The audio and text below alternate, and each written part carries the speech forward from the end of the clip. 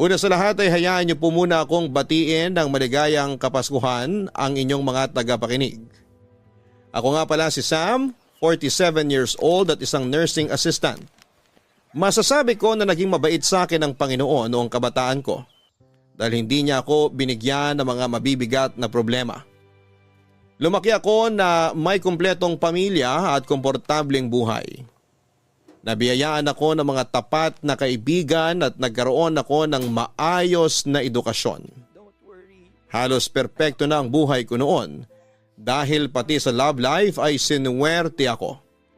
High school pa lamang ako noon nang nakilala ko ang asawa kong si Geneva. Fourth year high school ako noon samantalang first year high school naman si Geneva noong nagkakilala kaming dalawa. Magkatabi lang noon ang advisory rooms namin sa isang building kaya naman halos araw-araw ko siyang nakikita dati. Unang araw pa lamang ng pasukan ay nahumaling na agad ako sa kanya. Maganda si Geneva, Papa Dudut. Prime and proper siyang tignan. Malinis mula ulo hanggang paa, laging maayos ang buhok nito at walang gusot ang uniform niya at araw-araw na makintab ang kanyang sapatos. Niligawan ko siya, sinagot naman niya ako at isa kami sa mga couple sa school na kilala dahil swak na swak daw kami para sa isa't isa. Para kasing kwento sa mga palabas ang kwento namin. Varsity player ako samantalang school achiever naman si Geneva. Tumagal ang relasyon naming dalawa at isa yon sa mga naging highlight ng high school life ko. Kaso sa kasamaang palad ay naging magulo ang relasyon namin ni Geneva nung pumasok na ako sa college. Mabilis na nag-mature ang perspective ko sa buhay samantalang nagpaiwan naman si Geneva. Nagbago ang standards ko dahil na rin sa bagong environment na pinasukan ko. Sa huli nag-decide kami dalawa na maghiwalay na lamang dahil sa magkaiba naming priority sa buhay. Pero hindi doon natapos ang love story namin, Papa Dudut. Fast forward after 15 years. Muli nagtagpo ang landas naming dalawa ni Geneva habang nakabakasyon ako sa Baguio.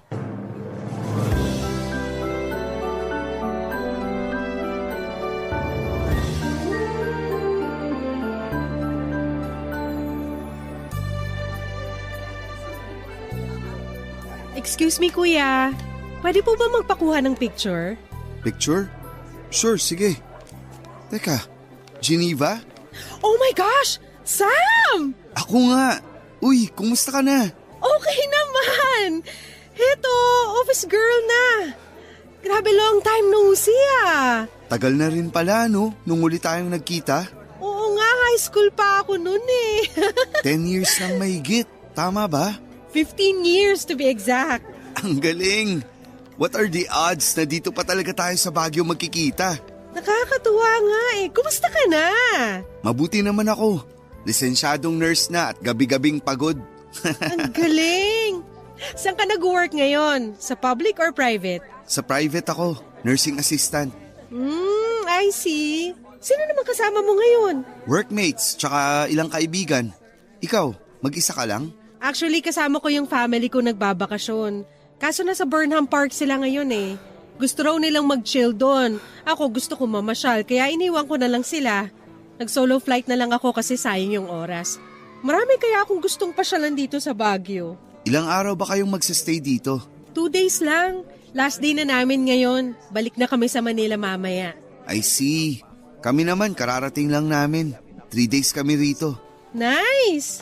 Nakakit na ba kayo sa Benguet? Sa may strawberry farm? Hindi pa, pero plano namin pumunta dun mamaya. Punta kayo kasi in season ng strawberry ngayon. Pwede kayo mag-strawberry picking. Mas mura kaysa sa mga naka-display. Galing kami dun kahapon. Sige, sasabihan ko yung mga kasama ko mamaya. Nasaan pala sila? Bakit mag-isa ka lang ngayon dito? Nandun sila, bumibili ng souvenirs. Nagpaiwan na ako rito kasi ang ganda ng view. Oo nga eh, napaka-peaceful no? Tama, nakaka-relax. Ito yung maganda sa Baguio eh. Ang sarap sigurong manirahan dito. Maganda yung klima, tapos maganda yung environment, ang daming puno. Di ba nga isa to sa mga lugar na gusto mong puntahan noon? Oo, tapos after 15 years bago ko natupad yun. Wait, ngayon ka palang nakapunta rito sa Baguio? Oo, first time ko lang. Kaya nga sinusulit ko na eh. Mag-extend ka na lang kung gusto mo. Sama ka sa amin. Wag na, uy, nakakahiya. Tsaka hindi ko kilala yung mga kasama mo, baka ma-OP pa ako. Isa pa, may work na ako bukas. Sayang naman. Kung nalaman ko lang ng mas maaga na nandito ka pala, kanina pa dapat kita in-invite. Paano mo naman malalaman yun na ilang years na tayong walang contact simula nung maghiwalay tayo? Oo nga no, hindi tayo friends sa Facebook. Hindi. Naging busy na rin kasi tayo sa kanya-kanya nating buhay since then. Tsaka hindi pa uso Facebook noon. Tapos nung sumikat yung Facebook, nawala na yung connection natin. Pero maganda naman yung naging hiwalayan natin, di ba? I mean, pareho tayo nag-decide na di nag-workout yung relasyon natin. Kaya tayo naghiwalay. Oo, busy ka na masyado sa studies mo noon. Samantalang ako, bilang first time makaranas ng puppy love, kinulang sa atensyon. Sa huli, nag-decide tayong tapusin na lang yung relasyon natin kaysa pareho tayong mabaliw. Yeah, ganun na nga yung nangyari. Pero at least, in good terms pa rin tayo kahit papano. Hindi awkward surprisingly. Kaya nga eh, kumbaga part na lang yun ng history natin. Totoo! So kung hindi ka busy, pa-picture naman ako. O sige, akin na. San ka ba? Dito banda, kunin mo yung view ha. Whole body ba? Ikaw nang bahala. May tiwala naman ako sa'yo. Basta click-click mo na lang tapos magpo-post na lang ako para marami akong pagpilian. Okay, sige. 1, 2, 3. Smile! Pagkatapos ng pagkikita namin yon ay hindi na nawala pa sa isipan ko si Geneva. Wala siyang pinagbago, prime and proper pa rin katulad nung una ko siyang nakita sa unang araw ng pasukan. Hindi ko alam kung bakit pero sa muling pagkikita namin ay parabang may nabuhay sa puso ko noong araw na yon. Pag-uwi sa hotel ay agad kong hinanap ang Facebook ni Geneva at doon ay inisto ko ang profile niya. Mangilan-ilan lang ang pictures niya online. Karamihan ay puro mga shared posts tungkol sa libro, pusa at mga travel destination. Ang pag-i-stalk kong ginawa kay Geneva sa Facebook ay umabot hanggang sa magdamag dahil pati comments at ilang interactions nito ay binasa ko. At isang napansin ko, Papa Dudut. Mukhang hindi pa siya nagka-boyfriend simula noong nagkahiwalay kami. O baka hindi lang siya masyadong ma-post pagdating sa love life niya. Natuwa ako sa kalamang yon hanggang sa napaisip ako, Papa Dudut. What if magkaroon kami ng second chance? Habang iniisip yon ay aksidente akong nakapag-react sa isa sa mga picture nito from 5 years ago. Bigla akong nakaramdam ng hiya. Dahil kapag nag-notify yon kay Geneva ay malalaman niyang inistok ko ang account niya. Kaya bago pa man niya makita ang notification ay inunahan ko na siya. Dali-dali ko siyang inad at saka nag-send ako ng message sa kanya. After 5 minutes ay inaccept niya ang friend request ko at nag-reply sa message ko. Pauwi na raw sila that time at sakto ang message ko dahil bored daw siya sa biyahe. Nang gabing yon ay nakapag-usap kami hanggang inabot kami ng umaga. Doon na po nagsimula ang reconnection naming dalawa ni Geneva. Pagkabalik ko sa Metro Manila ay hindi na ako nagpatumpik-tumpik pa at agad ko siyang in-invite para sa isang date, Papa Dudut.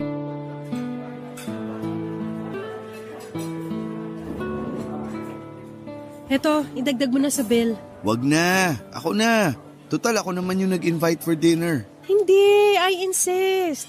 Hati na lang tayo sa gastos. Pagbigyan mo na ako kahit ngayon lang. Ikaw na lang taya sa sunod.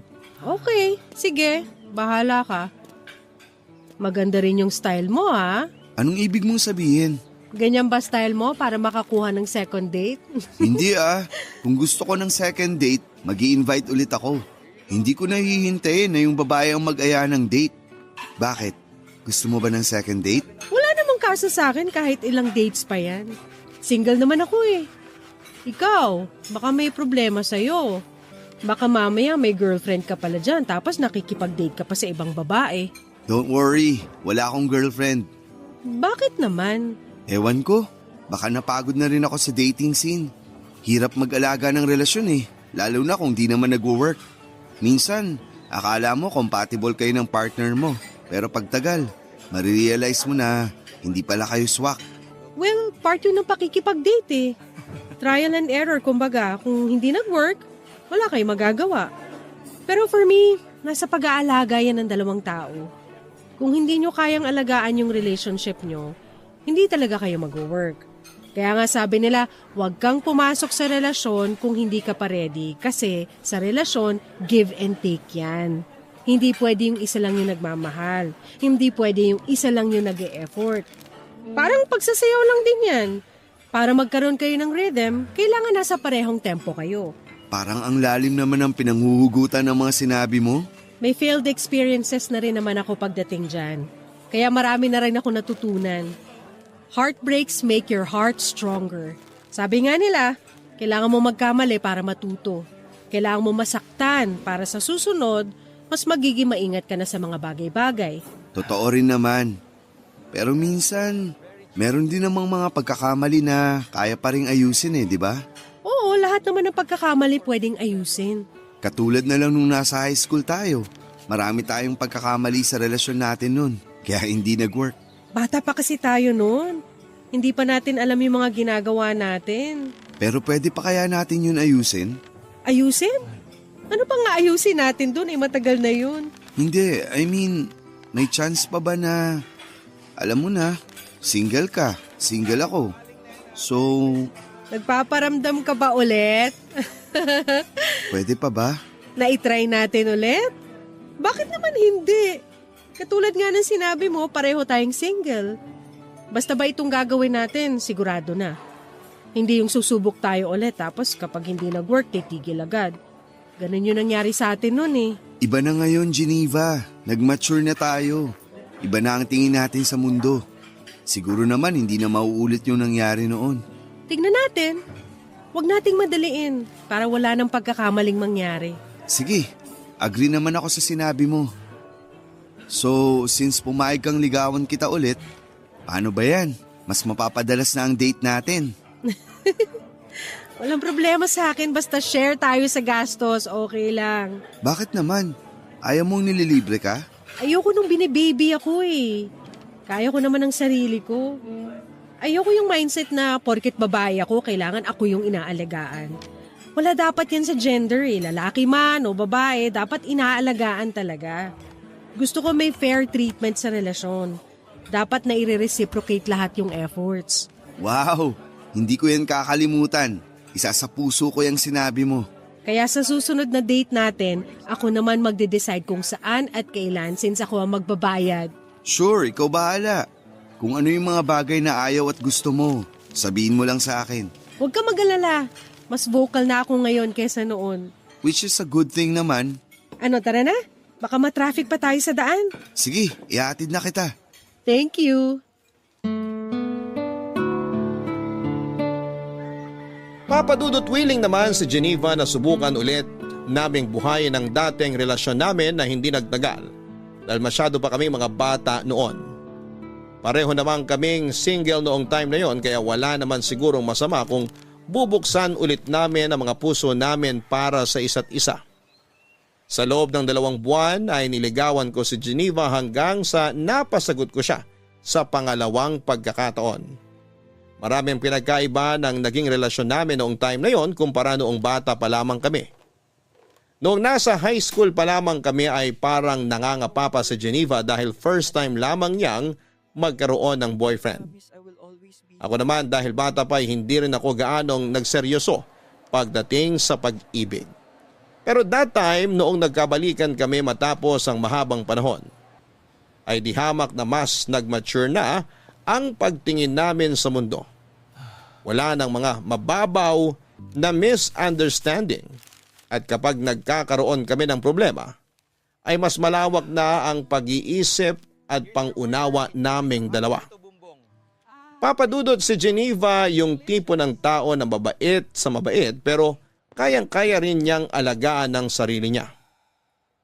May sarili siyang prinsipyo at kaya niyang ipaglaban ang sarili niya nang hindi nang lalamang ng tao. Sobrang in love ako sa kanya noon kaya hindi ko tuloy maisip kung bakit nagawa ko siyang hiwalayan. Noong mga bata pa lamang kami. Sa mga sumunod na taon ay naging maayos ang relasyon naming dalawa. Nabalance namin ang personal life at buhay pag-ibig. Sabi nila hindi kayang pagsabayin ang mga tawang career at love life, pero sa kaso naming dalawa ni Geneva ay nakaya naming gawin yon. Nasa tao lang talaga ito kung nasa maayos ba na lugar ang priorities nila sa buhay. Sa amin ni Geneva, alam namin ang lugar namin, estado ng relasyon at ang mga goal namin sa buhay kaya kami nagtagal. At sa pagsasama namin yon ay nagkaroon ng blessing noong nagdalang tao si Geneva, Papa Dudut. Bago pa man ipanganak ni Geneva ang panganay namin ay naisipan naming magpakasal. Simpleng wedding lang ang naganap at tanging kamag-anak at close friends lang ang dumalo sa kasal. Naisip kasi namin, Papa Dudut, na mas magandang maging praktikal na lamang. Ang importante naman sa kasal ay ang pag-iisang dibdib namin ni Geneva at hindi ang mga damit o kung anumang marangyang pagkakagastusan. Sa halip kasi na sa kasal ubusin ang ipon namin ay mas magandang gastusin na lamang namin ito para sa mga pangangailangan ng baby namin. Baby boy ang ipinagkaloob sa aming anak na pinangalanan naming Joseph. Bilang bagong magulang ay mahirap ang naging adjustment namin ni Geneva. Wala kaming kaideya-ideya kung papaano ba bumuhay ng isang bata dahil hindi pa naman namin ito naranasan. Nahirapan man ay mabilis din naman naming natutunan kung paano ang maging magulang kay Joseph. Sa tulong na rin ng mga kakilala at mga nababasa namin sa internet. Noong first time ngang magkasakit ni Joseph ay halos hindi kami nakatulog ni Geneva dahil buong magdamag namin siyang binabantayan. Mabuti na lamang at may kaalaman ako sa medisina. Kahit papaano ay kaya kong bigyan ng karampatang first aid ang anak namin kapag nagkakaroon ito ng sakit. Pero dumating ang araw kung saan ay nagkaroon ng mataas na lagnat si Joseph. Dahil hindi naman namin malaman kung ano ang nararamdaman nito, ay minabuti naming dalhin na lamang sa ospital ang anak namin para masuri siya ng doktor, Papa Dudut.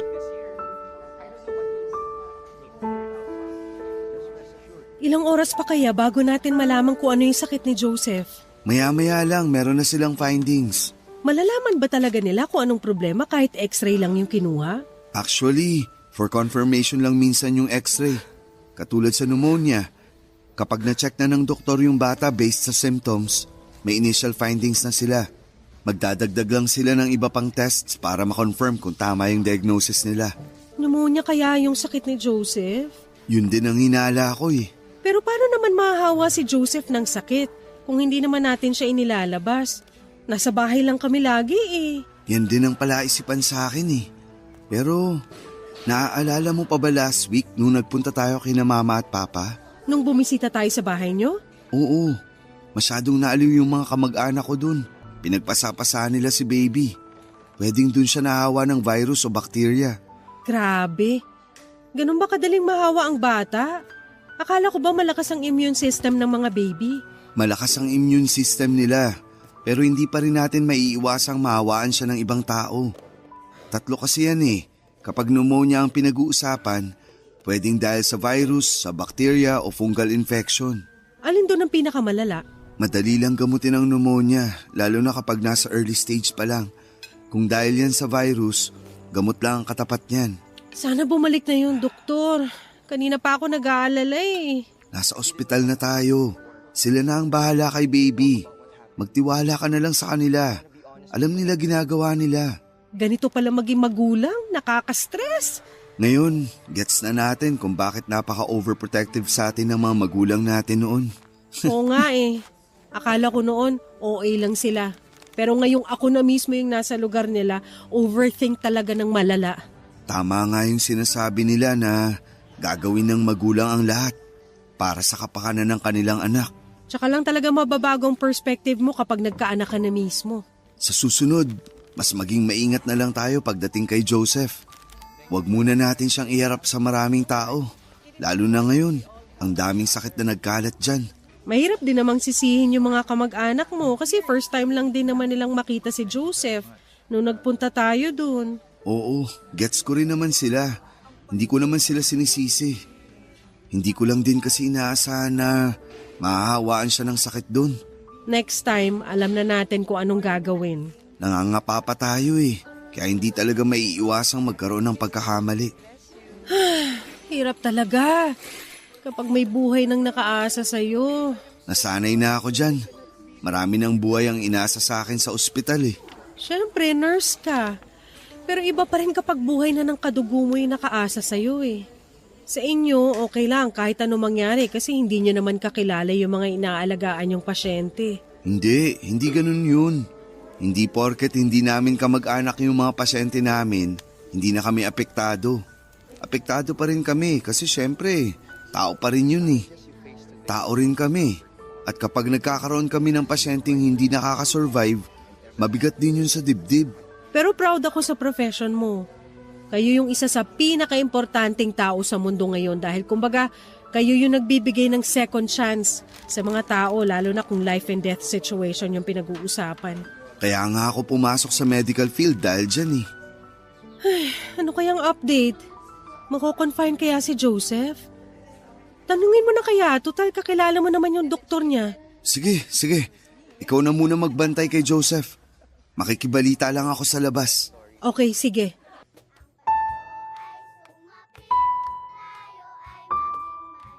Lumabas na pneumonia nga ang sakit ng anak namin, Papa Dudut.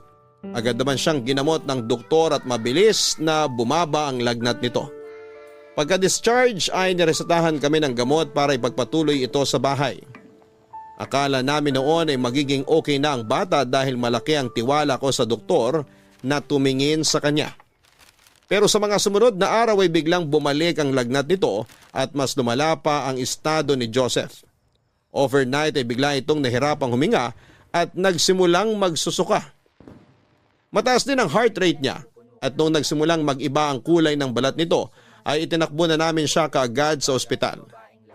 Pagdating sa ospital ay natagalan pa bago natignan si Joseph dahil tinawagan pa nila ang doktor nito. Wala pang isang oras ay ibinalita na sa amin ng doktor na papunta na pala sa septic shock ang bata.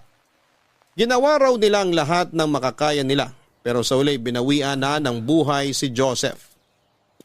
Noong time na yon ay ayaw mag-sink in ng balitang yon sa isipan ko. Sobrang in denial ako dahil nitong nagdaang araw ay okay na ang baby namin. Sa sobrang pagkabigla ay parang tumigil ang mundo ko. Hindi nag-function ang utak ko at saka ko na lamang na-realize na totoo nga ang nangyari noong nakita kong halos mapaupo na sa sahig ng ospital si Geneva habang umiiyak. Papadudot 8-month-old lang si Joseph noon at nangyari ang pagkamatay niya 3 araw bago magpasko.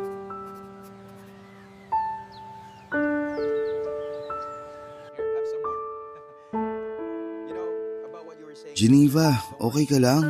Hindi. Hindi ako okay, Sam. Bukas na ang libing ng anak natin, paano ako magiging okay? Ayaw mo bang magpahinga na muna? Maaga pa tayo bukas.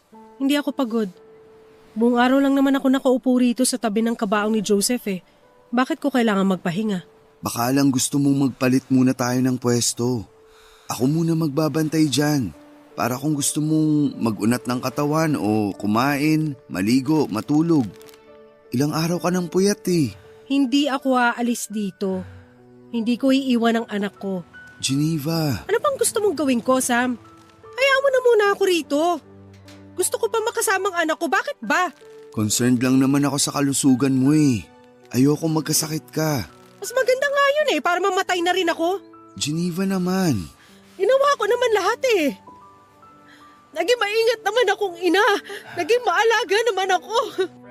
Hindi naman ako nagpabaya Oo, alam ko. Naging mabuti kang nanay kay Joseph.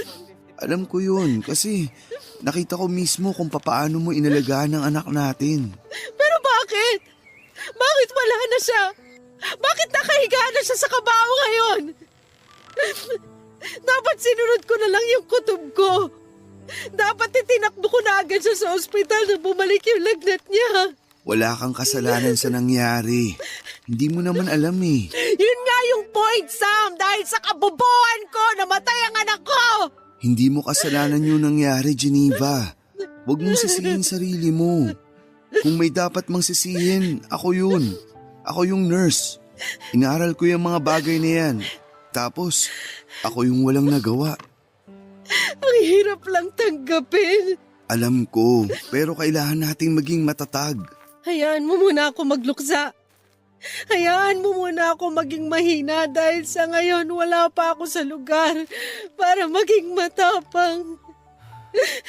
Hindi ko pa tanggap. Hindi ko pa tanggap na wala ng anak natin. Hindi naman bawal maging mahina eh.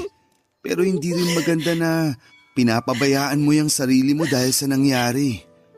Geneva, ayoko makita ka nagkakaganito.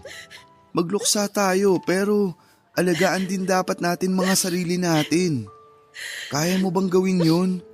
Susubukan ko. Anong gusto mong kainin? Sabihin mo sa akin, ipagluluto kita. Kahit ano.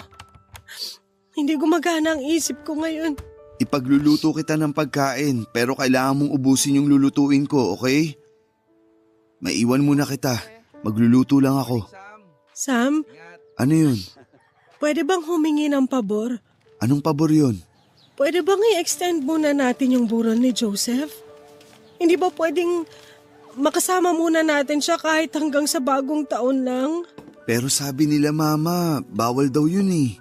Hindi raw magandang salubungin ng bagong taon na may patay. Wala akong pakialam sa pamahiin na yan. Gusto ko pa makasama si Joseph ng mas mahabang panahon. Titingnan ko kung anong pwedeng gawin. Nakaschedule na rin kasi lahat eh. Please? Susubukan kong kontakin yung simbahan, pati na rin tong chapel. Baka sakaling mapakiusapan ko sila. Salamat. Kakausapin ko sila. At kapag na-extend yung burol, mangako ka sa akin na matutulog at kakain ka on time, okay? Pangako. Okay, sige. Susubukan ko pero hindi ko maipapangako na mapagbibigyan tayo. Lalo na't busy na rin ang mga tao ngayon. Subukan mo lang, please. Huwag kang mag-alala. Gagawin ko ang lahat. Antayin mo ako rito. Dadalang kita ng pagkain mo.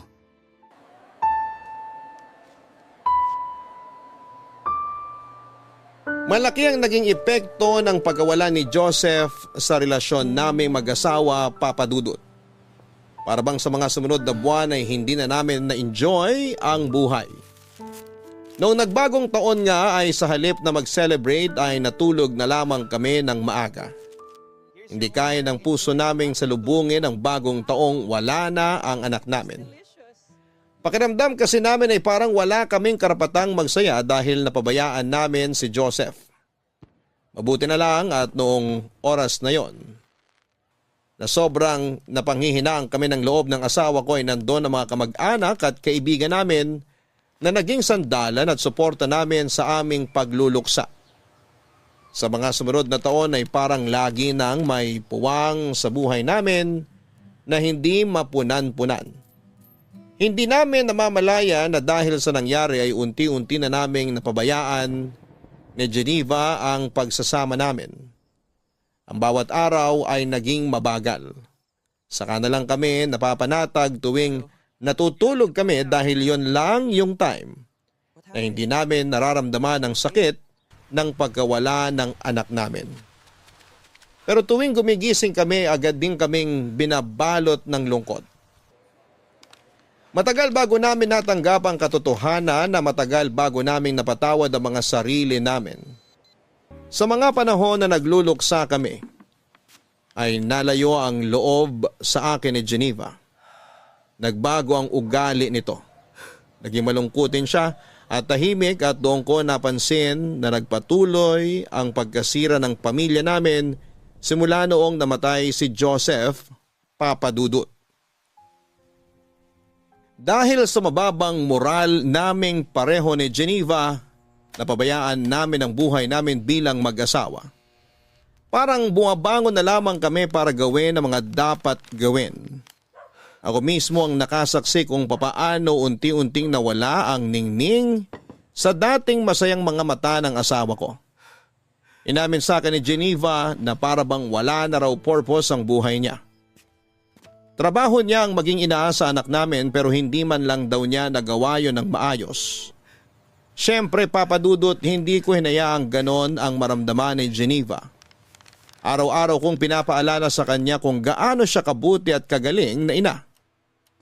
Walang may gusto sa nangyari at kahit anong pagsisisi pa ang gawin namin ay hindi na nito may babalik pa ang buhay ni Joseph. Kung sabayan ko si Geneva sa kanyang kalungkutan ay hindi maghihilom ang mga sugat namin. Kaya ako na ang kusang bumangon para tulungang makatayo at makabalik sa dati ang asawa ko. Bilang padre di pamilya, ayoko maging ang asawa ko ay mawala sa akin kaya ginawa ko ang lahat para sabay naming magamot ang sugat sa pareho naming puso. Ipinangako ko sa sarili ko na hindi ko hahayaang hilahin kami pababa ng trahedyang nangyari sa buhay namin. Ako ang nagsilbing motivation ni Geneva para magsimula ulit at hindi ako pumayag na hindi ko may babalik ang dating Geneva na malakas, matapang at puno ng positibong pananaw sa buhay.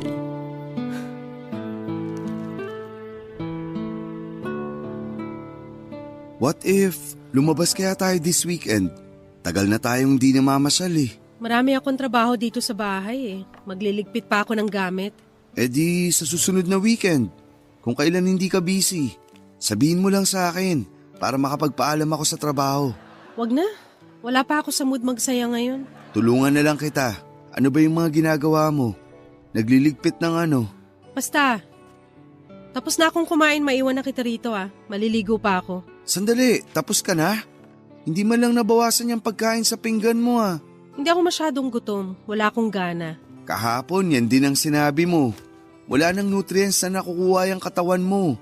Kaya lagi kang walang gana sa ibang bagay. Sam, alam natin ang dahilan kung bakit wala akong gana sa buhay ngayon. Alam ko, pero hanggang kailan mo gagawin to? Hanggang kailan mo planong parusahan yung sarili mo dahil sa nangyari? Hanggat kailan ko gusto. May problema ba ron? Oo, marami. Hindi maganda tong ginagawa mo sa sarili mo. Sabi mo magluksa ako hanggat kailan ko gusto. Hanggang ngayon nagluluksa pa rin ako sa pagkamatay ni Joseph. Ngayon bawal bang gawin yon? Hindi naman yun ang ibig kong sabihin. Ilang buwan na yung lumipas. Kahit sana naman may makita akong improvement. Huwag mo akong pangunahan sa mga nararamdaman ko kasi hindi mo alam kung ano yung araw-araw na tumatakbo sa isipan ko. Nawalan din ako, Geneva. Masakit din para sa akin yung nangyari. Oo, anak mo siya. Nakasama mo siya ng 8 buwan, pero ako mas mahaba ang pinagsamahan namin ni Joseph dahil dinala ko siya ng 9 na buwan bago natin siya nakasama.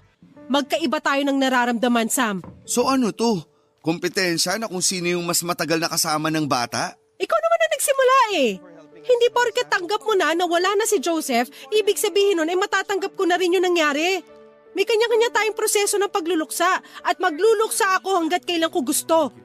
Hanggat nabubuhay ako, hindi ko matatanggap na wala na ang anak ko. Sorry, hindi kita pinipilit na tanggapin ang nangyari. Hindi rin totoo na nakamove on na ako mula sa pagkawala ni Joseph. Ako rin naman, may mga panahon na nagsisisi ako, nangihinayang. Siguro nga, totoo na mas masakit para sa iyo yung nangyari dahil mas mahaba yung naging pagsasama niyong mag-ina. Literal na ikaw ang bumuo sa kanya eh. Gusto kong maghili ang puso mo at kung hindi ka pa ready, okay lang. Katulad nga ng sinabi ko noon, walang mali sa pagiging mahina. Walang mali sa pagiging malungkot pansamantala. Pero hindi pwedeng manatili ka na lang na mahina at malungkot dahil hindi ka makakaahon sa kinaroroonan mo kung habang buhay mong dadali ng sakit. Nasasaktan ako tuwing nakikita kitang nagkakaganito. Araw-araw, ipinapanalangin ko na sana bumalik na tayo sa dati kasi namimiss ko na yung asawa ko. Pasensya ka na. Hindi ko naman ginusto na ganito yung maramdaman ko eh. Sobrang sakit lang talaga para sa akin. Sorry, alam ko pati ikaw nasaktan din sa nangyari. Sorry kung bigla na lang ako nag-shutdown. Susubukan ko. Susubukan ko, Sam. Salamat. Gusto ko na ulit makita yung babaeng matapang at independent na nakilala ko. Gusto ko nang bumalik yung dating Geneva. Hindi man ngayon pero sana makita ko na ulit siya. Salamat sa pag-intindi. Maiwan na kita. Matutulog ka na ba pagkatapos mong maligo? Oo, sana. Pagod na tong katawan ko. O sige, magpahinga ka na. Pero bukas, pwede mo ba akong samahan? Saan? Sa simbahan. Matagal ka nang di nagpupunta sa simbahan. Samahan mo ako bukas. Okay, sige. Sasamahan kita.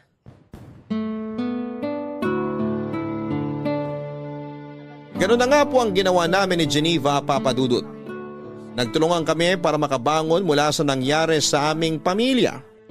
Pilit naming kinalimutan ang masamang pangyayaring yon sa buhay namin at sinubukan itong ibaon na lamang sa nakaraan sa pamamagitan ng paggawa ng bagong memories. May times na nagkakaroon kami ng relapse, lalo na tuwing may mga importanteng okasyon sa buhay namin at naaalala naming hindi na kami kumpleto. Pero time heals, ika nga nila. Dahil unti-unti ay natanggap din namin ng katotohanan na wala na talaga si Joseph. Nag-focus ako sa trabaho para makalimot, samantalang si Geneva naman ay naghanap ng mga bagong pagkakabalahan para maibsan ang kanyang pangungulila. Thankfully ay nagkaroon ng magandang balita sa buhay namin matapos ang mahabang kalungkutan noong nalaman naming buntis si Geneva. Sobrang saya naming pareho dahil nagkaroon kami ng second chance para maging magulang ulit. That time, babae naman ang naging anak namin, Papa Dudut, at pinangalanan namin itong Lorraine. Sa pagkakataong yon, ay doble-doble na ang ginawa naming pag-iingat para sa pangalawang anak namin. Inespoil namin siya sa lahat ng bagay, ginawa namin ang lahat para hindi na maulit pang nangyari kay Joseph. Kaunting kagat lang ng insekto o lamok ay agad naming ginagamot ang bata. Mapaubo man o sipon, sakit ng tiyan at kung ano-ano pang tipikal na sakit ng bata ay nagiging okay na kami pagdating doon dahil ayaw na naming maulit pa ang nangyari noon. Sa kabutihang palad ay napalaki naman naming maayos na bata si Lorraine sa sumunod na 9 na taon, Papa Dudut.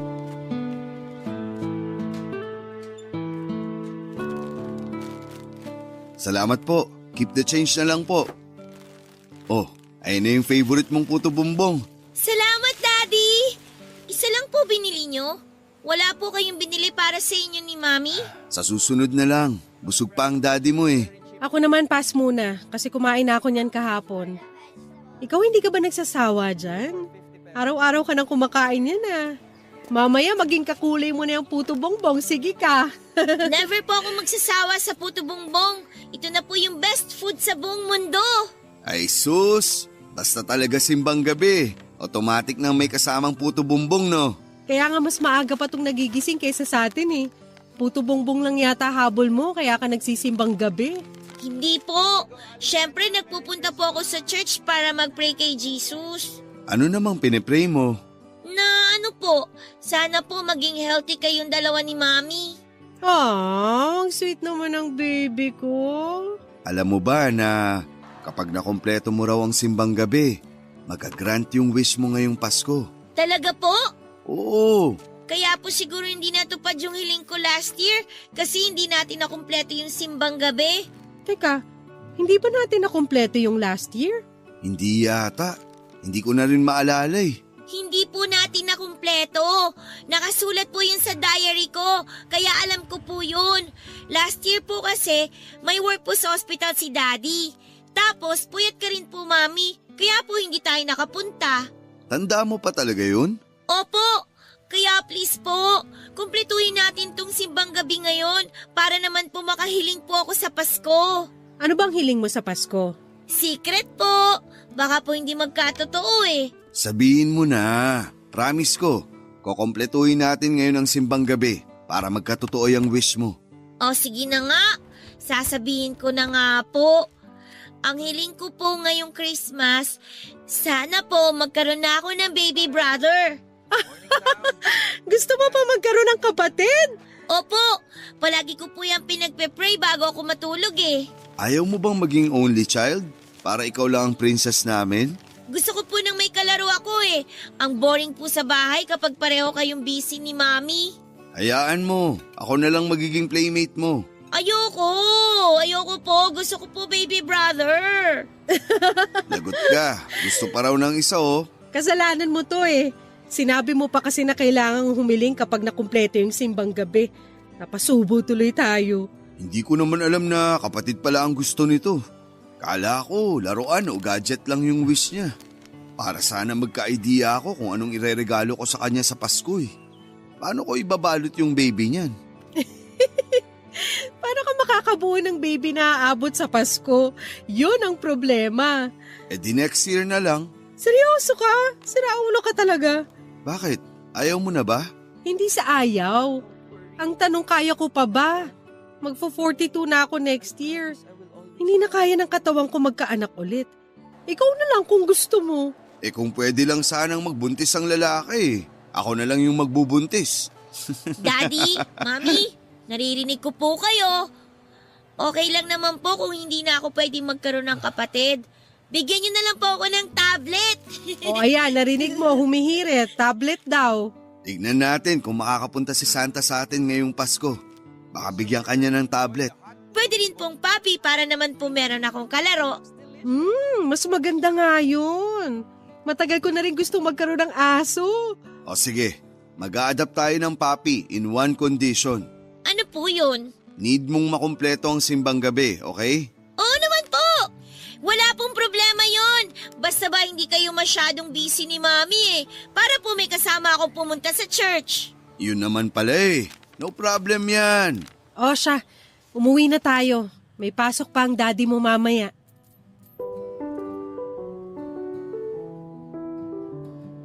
Simula pagkabata, Pasko na ang pinaka-paborito kong holiday sa buong taon. Yun kasi yung panahon kung kailan overwhelming ang saya na nararamdaman ng buong pamilya namin. Pakiramdam namin ay napaka-positibo ng lahat. Puno ng energy at lahat ng tao'y masaya at nagdiriwang. Taon-taon ay sinisiguro kong nagkakaroon ako ng time na makasama ang pamilya ko lalo na tuwing Noche Buena. Naging bonding time na namin bilang pamilya ang paghahanda ng pagkain at pagkakaroon ng family bonding habang nag-aantay na sumapit ang alas 12. Minsan nagmo-movie marathon kami. May pagkakataon naman na naglalaro kami ng board games. Every year ay sinisiguro naming mas enjoy ang bawat Pasko kesa sa nakaraang taon. Pagsapit ng Noche Buena, salo-salo kaming kumakain sa mga masasarap na handa at tuwing nangyayari yon, isang bakanting upuan ang inilalaan namin sa hapagkainan para sa anak naming si Joseph. Wala na siya sa buhay namin pero gusto namin ni Geneva na tuwing Pasko ay may espesyal na lugar ang panganay namin sa aming pamilya. Sa ganong pagkakataon ay nararamdaman namin na mas buo kami bilang pamilya. Gusto naming ipakita na kailanman ay hinding-hindi mawawala sa puso namin si Joseph. Pero papadudot ang hindi ko inaasahan noong taong yon.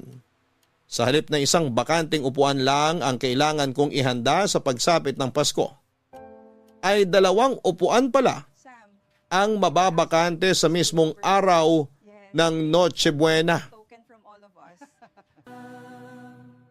Katatapos lang ng simbang gabi noon, tuwang-tuwa si Lorraine dahil sa wakas ay makakapag-wish na siya dahil nakumpleto na niya ang pagsisimba simula noong nagsimula ang simbang gabi.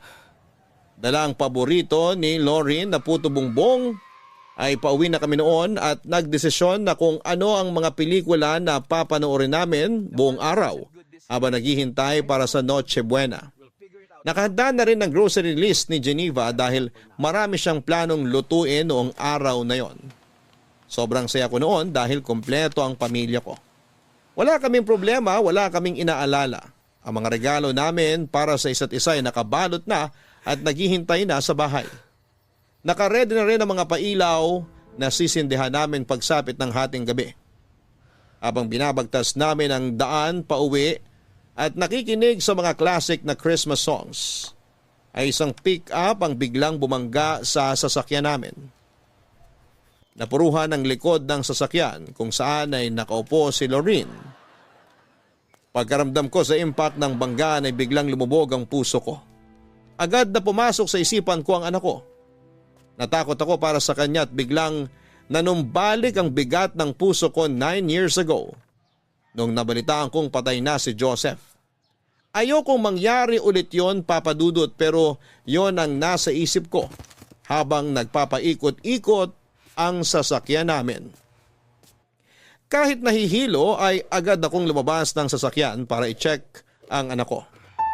Duguan nito at wala ng malay. Agad ako nagsagawa ng first aid samantalang tumawag na noon ng tulong si Geneva. Mabilis kaming nakarating sa ospital at doon ay agad na binigyang lunas ang anak namin. Sam, okay ka na ba? Oo, na-dislocate lang tong braso ko pero hindi na kailangang operahan. Mabuti naman. Ikaw, okay ka lang ba? Wala ka bang sugat? Wala, may ilang galos at pasalang ako. Malaking tulong yung suot kong seatbelt kaya hindi ako napuruhan. Salamat sa Diyos at okay ka lang. Si Lorene? Wala pa siyang malay. Natahi na yung sugat niya sa braso. Tinamaan siya ng bubog eh. Kinukunan na siya ng CT scan ngayon para malaman kung may internal damage ba siya. Diyos ko, bakit ba ito nangyari kung kailan magpapasko? Kasalanan ko to eh. Aksidente yun nangyari at wala kang kasalanan doon. Huwag mong sisihin ang sarili mo. Maayos na naging pagpapatakbo mo ng sasakyan. Kung may kailangan managot, dapat yung pick up yun. Hindi nagminol sa intersection yung driver eh. Ano palang balita tungkol doon? Kumusta yung mga sakay ng kabilang sasakyan? Wala naman daw napuruhan sa kanila. Nakausap ko yung driver. Nandito rin sila sa ospital ngayon. Maya-maya may pupuntang pulis dito para mag-imbestiga. Gusto ko silang makausap. Nasaan sila? Sam, wag na. Pasko ngayon. Malala na tong nangyari sa atin kaya hayaan mo na lang muna sila. Paano ngayaan? Hanggang ngayon wala pang malay ang anak natin dahil sa kanila. Nasira raw yung brake ng sasakyan nila. Nakausap ko na. Humihingi na sila ng tawad sa nangyari. Tutulong naman daw sila sa mga gastos natin dito sa ospital. Hindi nila tayo tatakbuhan. Dapat lang. Kapag may nangyari talaga kay Lorene, pananagutin ko sila. Walang mangyayaring masama kay Lorene. Magtiwala ka lang sa Diyos. Sabihan mo ko kapag nandito na yung mga pulis.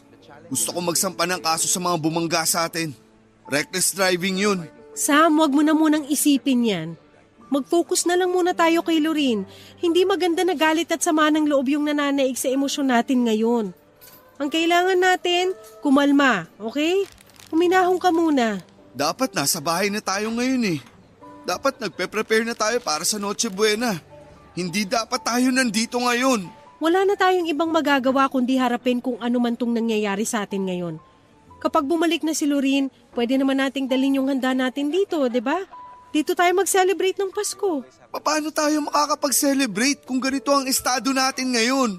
Kung gusto, may paraan. Pwedeng-pwede tayo mag-celebrate kahit ganito ang nangyari sa atin. Pero paano kung may Huwag masamang... mong isipin yan. Walang mangyayaring masama kay Lorene, okay? Makakaligtas siya. Hindi ko kakayanin, Geneva. Kapag mawala na naman tayo ng anak. Huwag naman sana. Hindi na tayo mawawalan. Hindi ako papayag na mangyari ulit yon. Natuto na tayo sa nangyari dati, di ba? Gawin natin ang lahat para maligtas si Lorene. Magtiwala tayo sa mga gumagamot sa kanya at manalig tayo sa Diyos. Tsaka malaki raw yung naitulong ng first aid na ginawa mo sa kanya kanina eh. Napahinto mo agad yung pagdurugo ng sugat niya eh, kaya hindi siya gaanong nawalan ng dugo. Mabuti naman kung ganun. Natawagan mo na ba sina Mama at Papa? Alam na ba nila yung nangyari? Oo, na-update ko na sila. On the way na raw sila. Nagpadala ko ng damit para makapagbihis tayo. Sabihan mo silang mag-ingat. Oo, papaalalahanan ko ulit sila mamaya. Halika na, pumunta na lang muna tayo sa kwarto ni Lorene. Doon na tayo maghintay. Sige, ikaw, wala bang masakit sa'yo? Magpacheck ka muna kaya. Okay lang ako, walang masakit sa akin. Sure ka? Oo, na-check mo na ako kanina, di ba? Gusto ko lang makasiguro. Huwag mo na akong alalahanin. Okay na okay ako. Nang gabing yon ay sa ospital na kami nag-celebrate ng Pasko. Malaki pa rin ang pasasalamat ko dahil kahit sugatan ay kumpleto at safe na ang pamilya ko. Labis-labis ang pasasalamat ko sa Panginoon noon dahil okay ang anak ko. At hindi ito nagkaroon ng internal injury na unang ikinabahala ko, Papa Dudut. Akala ko talaga noon ay mawawalan na naman ako ng anak. Kapag nangyari yon ay hindi ko na talaga kakayanin. At baka mabaliw na lamang ako. Habang nagpapahinga sa ospital ay bigla akong ginising ni Geneva kakatapos lang noon ng kasiyahan matapos mag-celebrate ng Pasko ang lahat. Mag-uumaga na noong sabihan ako ni Geneva na hindi maganda ang pakiramdam niya. Bigla na lang itong nagsusuka. Masakit daw ang ulo niya at nahihilo siya. Saka lang nag-sink in sa akin ang isang realisasyon. Sa sobrang pag-aalala ko kay Lorraine ay hindi ko na-check ang asawa ko pagkatapos ng aksidente. Wala din naman kasi siyang anumang matinding sugat na tinamo maliban sa mga pasa at galos. Sa katunayan ay siya pa ang nagbantay sa amin habang pareho kaming ginagamot ng mga doktor ni Lorraine. Akala ko ay okay lang ang asawa ko. Pero noong nalaman kong may masama itong nararamdaman, ay agad akong nagpatawag ng nurse.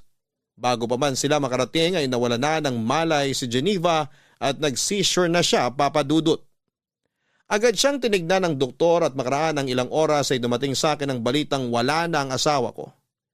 Nagkaroon daw siya ng internal bleeding sa utak at huli na ang lahat. Ayon sa doktor ay hindi siguro agad naramdaman ni Geneva na may dinadamdam siyang sakit dahil na rin sa adrenaline at sobrang pag-aalala para sa amin ng anak ko. Papa Dudut, muling gumuho ang mundo ko ng araw na yon. Kung kailan Pasko ay muling nalagasan na naman ang pamilya namin, Papa Dudut. Simula noon ay nag-iba na ang tingin ko sa Pasko.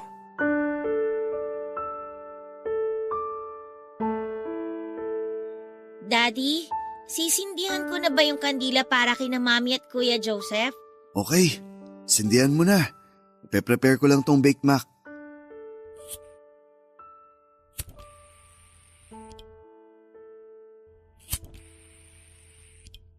Ayan, nasindihan ko na.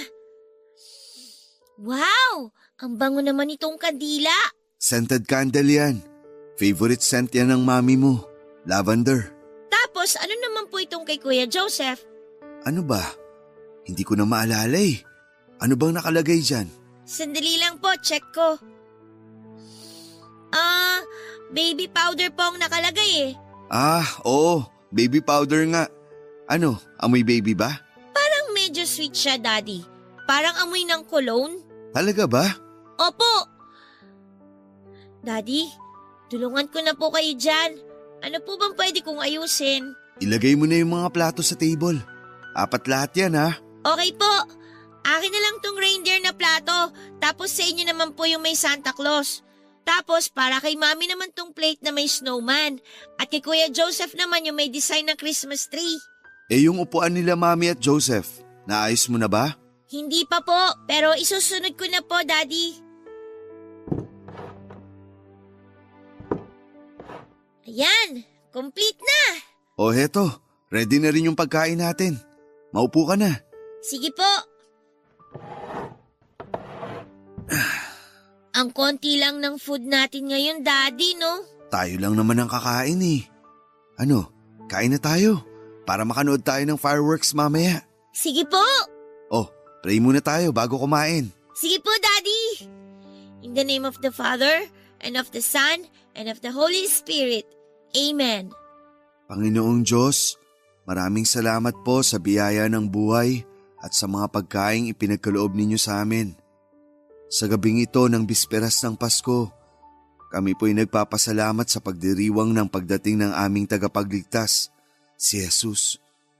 Naway maging daan ang aming pagtitipon para magkaisa sa pagmamahal, pagkakaisa at pagpapatawad. Pagpalain po ninyo ang aming pagkain at ang bawat isa sa amin.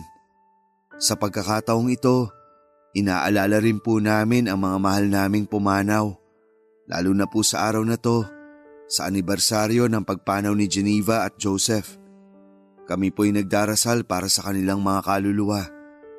Naway maramdaman nila ang iyong kapayapaan at pag-ibig sa kabilang buhay.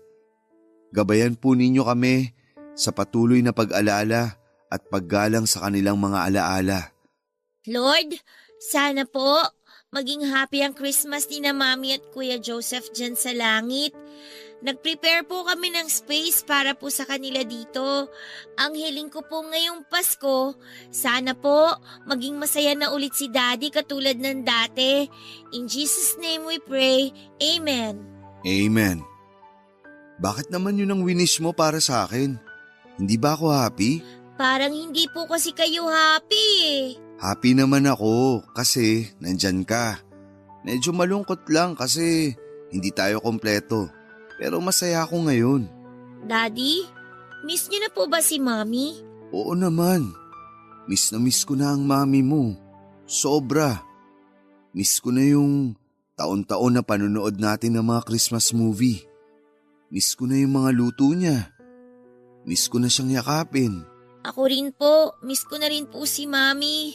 Ipag-pray na lang natin siya palagi na sana happy na siya sa heaven kasama ang Kuya Joseph mo. Sa tingin mo po ba, Daddy, nag-celebrate din kaya sila ng Christmas sa heaven? Oo naman. Sigurado akong magkasama sina Mami at Joseph doon ngayon. Nasa isang table din sila katulad ng ginagawa natin. Tapos may 2 upuan din sila doon para sa atin katulad dito na may 2 upuan din sila na naka-ready. Tapos sabay po tayo nagsa-celebrate at kumakain? Oo, parang gano'n na nga. Hindi man tayo magkakasama, pero parang kasama na rin natin silang nagse-celebrate.